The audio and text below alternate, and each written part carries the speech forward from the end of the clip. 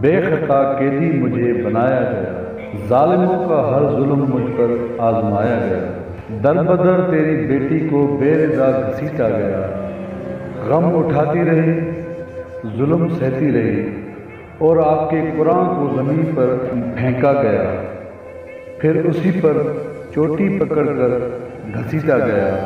میری گود بھی چھینی، میرا بستر بھی نہیں، میری امی ہے کہاں، میرے پیارے ہیں کہاں۔